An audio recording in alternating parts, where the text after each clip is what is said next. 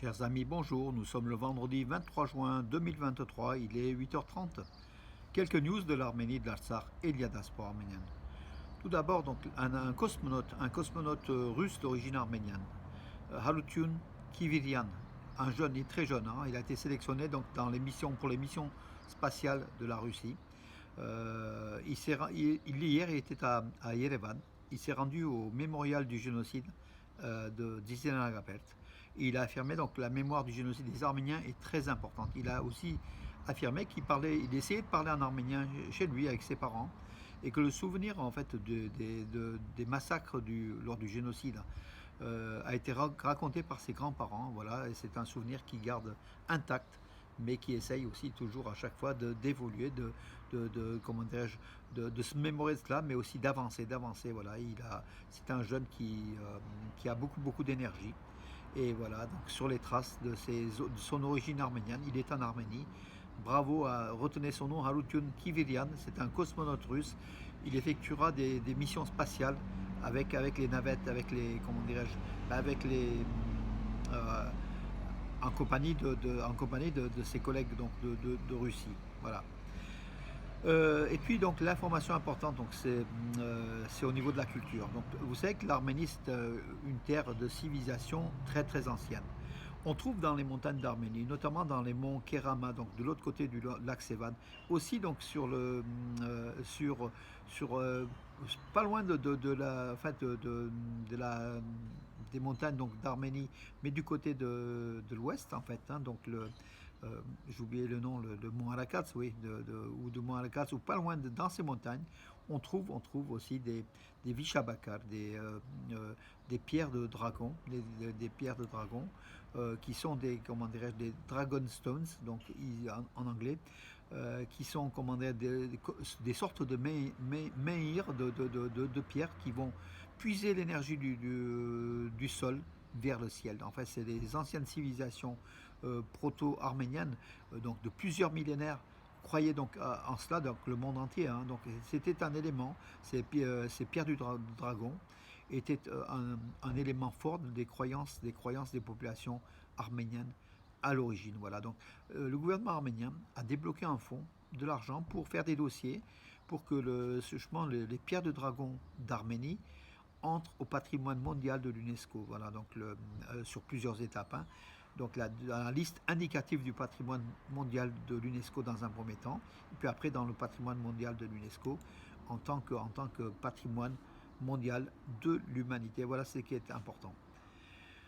Disparition de Victoria Galetsky. Galetsky, c'est l'épouse du propriétaire de Krasnodar et le milliardaire arméno-russe, donc Sergei Galetsky, qui est l'Arménien le plus riche du monde, donc avec 3,2 milliards. Récemment dans le Forbes, il a été classé sixième à la sixième. Non, c'est le classe 3,2 milliards, pardon. 905e fortune mondiale, mais c'est le premier Arménien, donc il est de Russie. C'est le propriétaire de Krasnodar, donc l'équipe d'Edouard Spertian. Son épouse vient de décéder, donc Victoria, donc elle avait 51 ans, des suites d'une longue maladie en Italie. Voilà, lui-même il avait été soigné donc dans cet hôpital en Italie. Malheureusement, donc elle n'a pas survécu. Donc voilà. Pour dire donc comme quoi donc le malheur quand il vient, quelle que soit la fortune, il frappe, voilà. Euh, le député européen donc, des Pays-Bas, Bert Jan Ruijsen, a visité la région de Sunik. Il s'est rendu même à l'entrée du corridor de la Chine pour constater que ce corridor était fermé.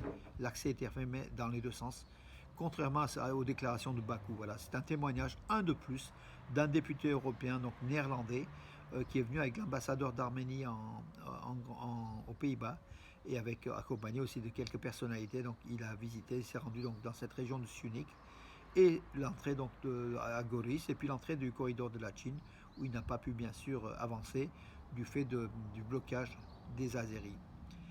La Turquie va livrer de nouveaux drones donc d'ici fin de l'année des Anka. Il va livrer dans 4 pays. Donc 4 pays sont demandeurs de ces nouveaux drones qui sont encore plus destructeurs que les Bayraktar, qui sont capables de rester, je crois, 24 heures dans le ciel et puis de se communiquer, avec d'autres drones et d'attaquer. Voilà, donc encore une fois, une arme pantouranienne, anti-arménienne qui se développe, qui est développée par la Turquie et qui de toute façon, comment dirais-je, visera un jour ou l'autre les Arméniens dans cette région du Sud-Caucase, avec bien sûr la complicité du dictateur Aliyev.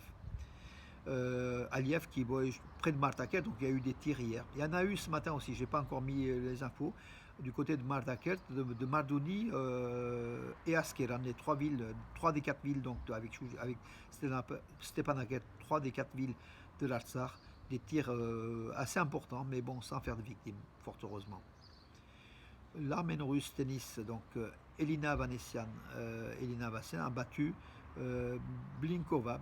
Elle a atteint les quarts de finale du tournoi WTA de Berlin. Le tournoi de Berlin qui est un des tournois les plus importants d'Europe. Hein.